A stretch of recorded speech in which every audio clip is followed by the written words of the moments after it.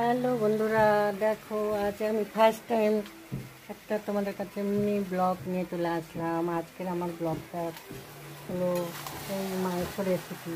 ঠিক আছে, আমাকে এই মাংসটা করতে হচ্ছে।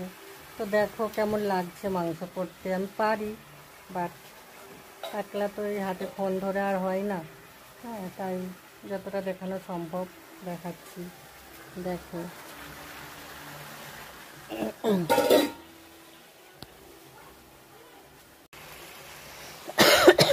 এই দেখো,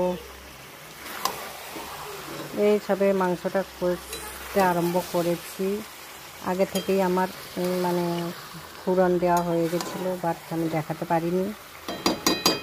ওই সময় চার্জ ছিল না ফোনে, তাই বন্ধ হয়ে গেছিলো, গোড়া থেকে দেখাতে পারিনি।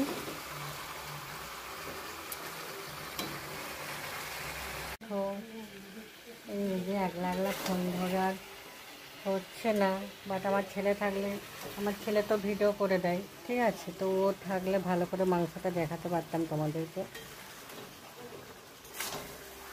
মাংসটা এখন অনেকক্ষণ কষবো আমি, কষে কষে পুরো একদম কাইটে হয়ে যাবে।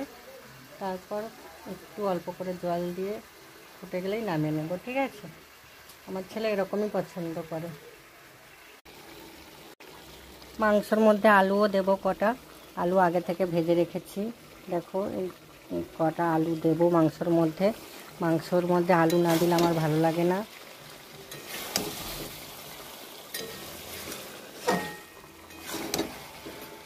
তো বন্ধুরা, আমার হাতের যদি কেউ কেউ মাংস খেতে পছন্দ করো বা খেতে চাও, তাহলে কমেন্ট করে জানাবে। আর যদি খেতে হয় তাহলে আমাদের বাড়িতে আসতে হবে।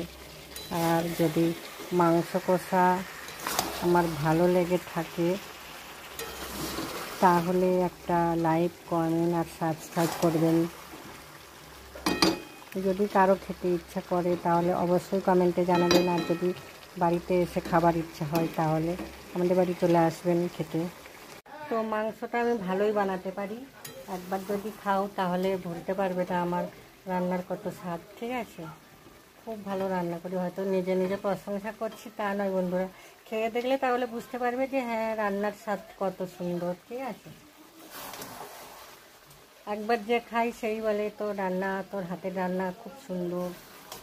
সবাই খেতে চায় আমার হাতের রান্না। ঠিক আছে, তো বন্ধুরা, সবাই যদি পছন্দ করে থাকো বা খেতে চাও তাহলে প্লিজ কমেন্ট করবে। আর যদি ভালো লাগে আমার রেসিপি তাহলে শেয়ার করবে আর আমাকে সাবস্ক্রাইব করে দেবে, যাদের